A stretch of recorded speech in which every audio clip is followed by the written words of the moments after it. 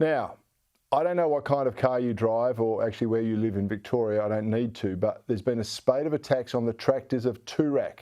The climate zealots have been letting down the tyres of four-wheel drives in this salubrious Victorian suburb.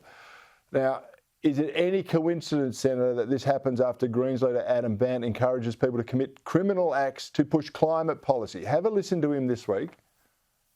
The more new coal and gas projects that Labor keeps opening, the more civil disobedience there's going to be. Civil disobedience, that's what we're seeing here, Senator. It's just not on, is it?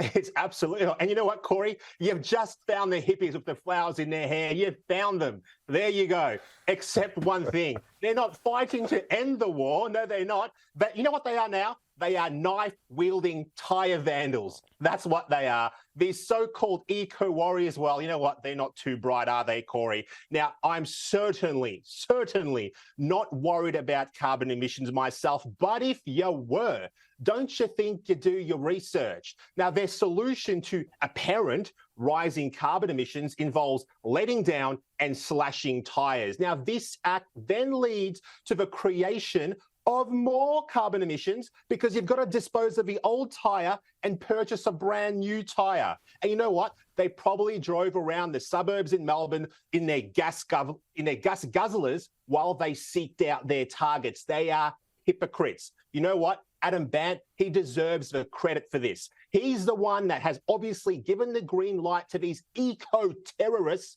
by promoting civil disobedience. Now, Mr. Bandt, you know what he does? He parades as a green, but deep down, you know what he is? He's a watermelon. He's green on the outside, but he's red on the inside. Now, I've got some simple words of advice for these poor, deleted eco-terrorists, which is what I'm going to call them. Instead of slashing tyres, do something productive, mate. Plant a tree, grow your own food, or at the very least, help me raise awareness on the abhorrent child slave labour being used in the cobalt mines right now in the Congo.